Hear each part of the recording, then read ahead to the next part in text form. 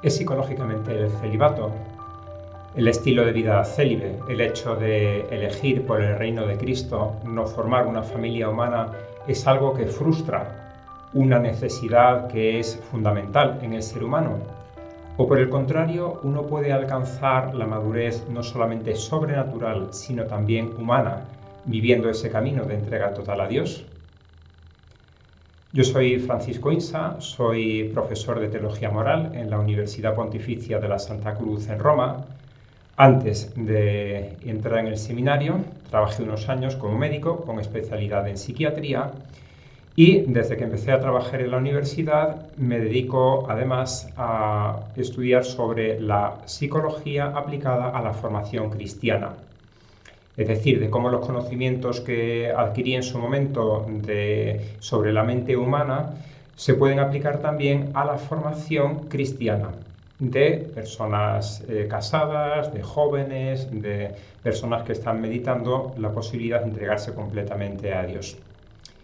Se entiende, por tanto, que la respuesta que vaya a dar a la pregunta inicial será sí. Creo que, sinceramente, es posible un celibato psicológicamente sano. Es cierto que, como sacerdote que soy juez y parte, pero intentaré en esta clase explicar los motivos. Me parece que lo primero que hay que hacer para que el celibato sea sano es entender los motivos por los cuales uno accede al celibato. Es decir, la Iglesia pide en algunos caminos que se vivan dentro del celibato, renunciando al matrimonio. Aquí perdemos un poco pie, porque entramos en un misterio sobrenatural, que es el misterio de nuestro Señor Jesucristo. Y es que si decimos que el celibato es sencillamente para estar más disponibles para atender a los demás, uno puede tener la sensación de que entonces la Iglesia o la institución nos está explotando. Lo único que quiere es que estemos trabajando para ellos el mayor tiempo posible. Si decimos que es la segunda causa que tradicionalmente se dice, como imagen escatológica del reino de los cielos, donde los hombres ni se casarán, ni tomarán marido, esposa, etc., uno puede decir, sí, sería muy feliz en el cielo, pero yo donde quiero ser feliz es ahora también en la tierra. Me parece que el tercer motivo que clásicamente se da del celibato es el que verdaderamente nos explica el porqué y el porqué nochena, que es la configuración con la persona de nuestro Señor Jesucristo. Jesucristo eligió ser célibe, es un dato de hecho conocido, y lo hizo cuando era algo no tan frecuente en su ambiente, en el ambiente del pueblo de Israel del siglo I. Los sacerdotes se casaban, como conocemos con Zacarías, el esposo de Santa Isabel. No era del todo extraordinario, porque Juan Bautista, por ejemplo, no se casó. O sea que había algunos que elegían la secta de los esenios, etc. ¿Por qué Jesucristo elige no casarse? Hay muchas explicaciones, se ha escrito mucho sobre el tema, pero en mi opinión hay dos frases de la Escritura que nos pueden, por lo menos, iluminar, hacer que podamos intuir esa riqueza. La primera es: el hombre dejará a su padre y a su madre, se unirá a su mujer y serán los dos una sola carne. Libro de Génesis, que luego Jesucristo repite. Dos personas que se hacen una sola carne. Jesucristo, por el contrario, dice: yo y el Padre somos uno. Es decir, yo quiero formar esa unidad directamente con el Padre. Claro que los esposos están llamados también a unirse con Dios, pero de alguna manera lo hacen mediante esa relación matrimonial. Jesucristo dice: yo quiero unirme con el Padre, pero por así decir, de una manera directa. Y además, no solamente lo elige él, sino que también se lo pide a aquellas personas que van a estar más cerca de él, es decir, a los 12 apóstoles, que desde que siguen a Jesús dejan la barca, las redes, su padre, en algunos casos quizás incluso a su esposa. Sabemos que San Pedro estuvo casado porque tenía su suegra. No sabemos si su mujer estaría con vida, realmente no es indiferente, porque no es lo mismo dejar a la mujer para seguir a Jesucristo que dejar a la suegra para seguir a Jesucristo. Hay también sus diferencias, ¿verdad? Pero el caso es que los 12 apóstoles, incluso Matías cuando se une, y también Pablo, etc., viven en celibato, en continencia perfecta. Porque Jesucristo les pide lo mismo que él había hecho: que tengan una relación con el Padre directa. sin, por así decir, intermediarios, sin canales a través de los cuales uno puede acceder a Dios. Esta entrega, esta relación directa con Dios, además habilita, por así decir, al corazón humano para entregarse completamente a los hombres. Es decir, al no tener un lazo fuerte, estrecho y exclusivo con una persona, mi corazón está más libre, más disponible para entregarme a todo tipo de personas de toda condición, edad, etcétera, etcétera. El celibato, por tanto, facilita el motivo de esa entrega, que es el servicio a las almas. El celibato es un celibato apostólico, es un celibato por el reino de los cielos, es un celibato para entregarse a los demás.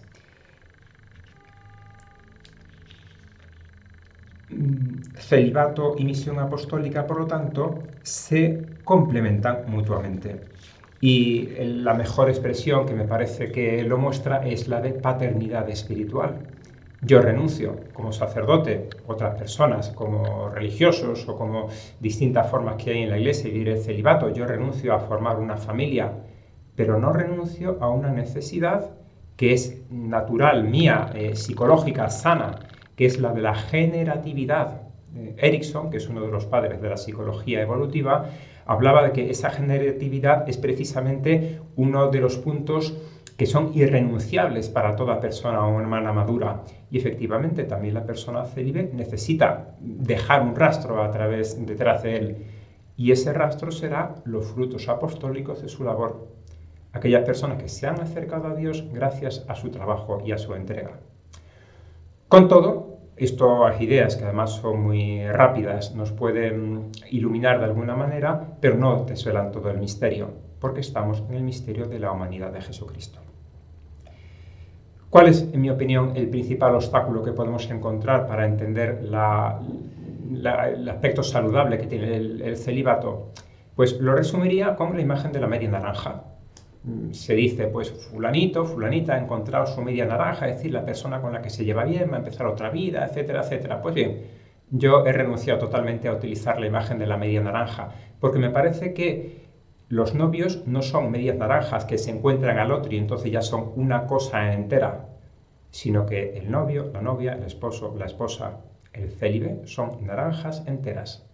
Cuando me toca dar clases sobre estos temas a sacerdotes, religiosos, personas consagradas, personas que viven celibato de otro tipo, les digo, aquí no estamos 20, 30, 300 personas, 300 medias naranjas, estamos 20, 50, 300 naranjas enteras, con necesidades afectivas, de intimidad, de tener relaciones, de tener con quien hablar de mis problemas y de mis preocupaciones y de mis alegrías y con quien irme a dar un paseo y compartir lo que llevo en el corazón. Pero hay muchas formas de hacerlo. Claro, la ordinaria, para la mayor parte de la gente, es precisamente el matrimonio. Pero hay otras muchas más que también satisfacen esa necesidad del corazón humano. La amistad, por ejemplo, con personas que comparten mi misma vocación y con hombres y mujeres de muchas condiciones distintas con las cuales puedo entablar ese intercambio de confidencias, de intimidades, etcétera, con el freno que hay de que pues, no voy a entrar en unas relaciones de intimidad afectiva, exclusiva, como son las que conlleva el matrimonio. Es cierto, lo dice el Génesis, que no es bueno que el hombre esté solo. No es bueno que la persona que vive en celibato esté sola. Necesita también de otras personas para desarrollarse psicológicamente de un modo sano. Cabría decir entonces qué pasa con las personas que entran en claustro, en silencio, etc. Lo dejamos en suspenso y lo veremos al final, dentro de pocos minutos, al final de esta sesión. Bien, el caso es que Jesucristo era perfecto Dios y perfecto hombre. Él tenía amigos, amigas, él tenía toda la gama de sentimientos humanos, se alegra, se ríe, se divierte, se enfada, se conmueve, llora, etc. Era un corazón lleno de afectividad. Como uno lee el Evangelio desde este punto de vista, ve que verdaderamente Jesucristo era como nosotros. Pues bien, ¿qué podemos hacer nosotros los que ya estamos con este compromiso con Dios, para profundizarlo y vivirlo de una manera que sea también humanamente más satisfactoria, además de sobrenaturalmente más enriquecedora, y que podemos hacer en la labor de discernimiento vocacional para orientar a las personas que sí que tienen condiciones para entrar, o que mejor que esperen un poco y que sigan madurando todavía. Voy a hablar rápidamente de 7 condiciones. La primera de ellas ya lo hemos dicho, que es saber el porqué del celibato, saber por qué el celibato me aporta, me da. La segunda sería una personalidad equilibrada, armónica, madura.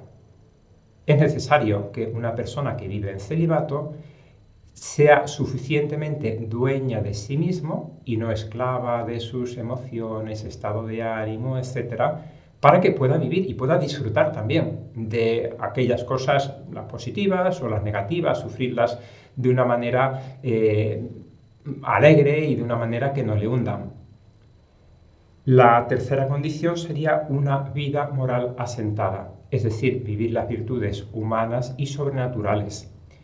La fe, la esperanza y la caridad en primer lugar, pero también el espíritu de trabajo, la diligencia, también el espíritu de servicio, también la castidad, muy importante. Cuando doy clases a sacerdotes les digo, la imposición de manos del obispo automáticamente no va a convertir tus luchas en las que a veces no consigues llegar, ya automáticamente se van a convertir en victorias. No, no, no.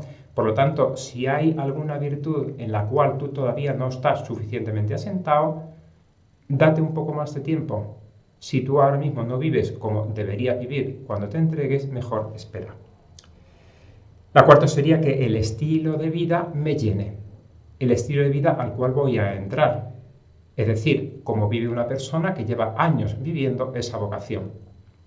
El párroco que lleva ya 30 o 40 años en la parroquia, la religiosa que lleva en el convento desde hace 30 años, la persona mayor, etc. Yo con esa vida sería feliz, no ya con lo que yo ahora mismo me imagino, con la ilusión de la juventud, sino como realmente viven las personas que llevan esa vocación.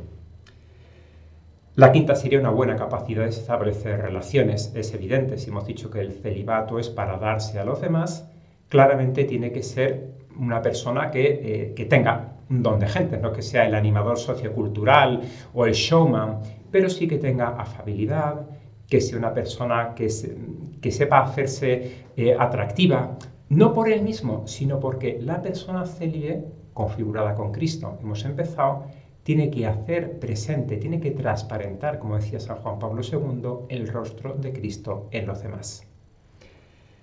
Luego necesita una cierta tolerancia a la frustración, porque el celibato, como el matrimonio, como cualquier otro camino, no es un camino de rosas. Hay veces en las cuales uno encuentra dificultades internas o también externas y faltan los frutos. Y uno dice, ¿ha valido la pena? Sí, siempre y cuando tú sepas capaz de nadar contracorriente, de ir adelante a pesar de las dificultades. Esto tiene que ver con la madurez de la personalidad que hemos puesto como segundo motivo. Y por último, last but not least, lo último pero no lo menos importante, sino al contrario, es aquello que está en la base y que da sentido a las 6 características anteriores. Una vida interior tan intensa, un trato tan íntimo con Dios nuestro Señor, que haga feliz a esa persona, que sea capaz de compensar, a pesar de las dificultades humanas, esa vida de entrega, que sea capaz de acompañar la soledad de la persona célibe. Y es lo que da respuesta a la pregunta que habíamos dejado en suspenso. ¿Qué pasa entonces con las personas que entran en el claustro, que tienen muy poca relación con otras personas? Que su relación con Dios debe ser especialmente intensa. En resumen, el celibato no es un don de mi vida y de mi intimidad, afectividad, sexualidad que yo hago a Dios, sino que es un regalo que Dios me ha hecho a mí. Un regalo que tiene también sus dificultades, como cualquier camino en la vida. Un regalo que es como si Dios me diese una rosa que tiene también sus espinas, además del buen olor y además del hermoso color que tenga. Por lo tanto, uno tiene que agarrarla con un cierto cuidado para no pincharse también, porque esas espinas son lo que yo tengo que dar de confianza a Dios para devolver el favor que me ha hecho. Y con esta imagen de la rosa y las espinas termino dejándoos además un regalo. Muchas gracias.